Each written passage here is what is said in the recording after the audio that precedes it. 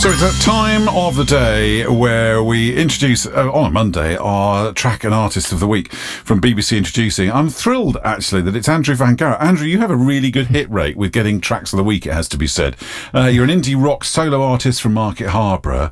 What does it mean to you to be track of the week, to be on BBC Introducing again? It just validates what we've been doing. So, like, I've been working the new albums with a guy called Matt Hyde. I need to credit him. He wasn't mentioned earlier, but yeah. So it just feels like the hard work you're doing is validated. And just tell me what does music mean to you? Why is it so important to you? Just a nice escape, isn't it? You know, you can explore your creativity and have some fun. How long have you been writing for? 20 odd years, I think. Yeah. Probably longer, actually. I don't want to reveal my true age, you know, not on live radio. So, when it comes to making music, is this something you do all of the time? I try to, but the thing is, I can't at the moment because my computer just died on me 3 days ago. And is it dependent on that, mixing and producing? It's good for like writing and recording and demoing, yeah. You can still write on your phone and stuff, you know, like I sometimes do, but to actually do any real work, it's good to have like some sort of computer to work on. And this is a full-time profession. Do you do it alongside other stuff? How does it work? I try to full-time musician, yeah, that's the aim. You know, it's difficult to do, but you do it, you know. Because it's a difficult industry to make a living at, isn't it? Yes, it can, but there are loads of different routes. You know, if you think about this, you know, one's teaching. I don't do much teaching anymore, but there's also things like syncing to try and get your music put onto film and TV, stuff like that. Gigging as well, you know, trying to do some worthwhile gigs to get paid. So there are ways around it, but you just have to really dedicate yourself to it, you know. What sort of gigs do you do? We talked about it last time. It was the wedding gigs I do. They're the ones that pay more money. So, yeah. So plenty of a wedding season at the moment. So you well booked? Yeah, at the moment, yeah, it's got a few coming up, so it's all good.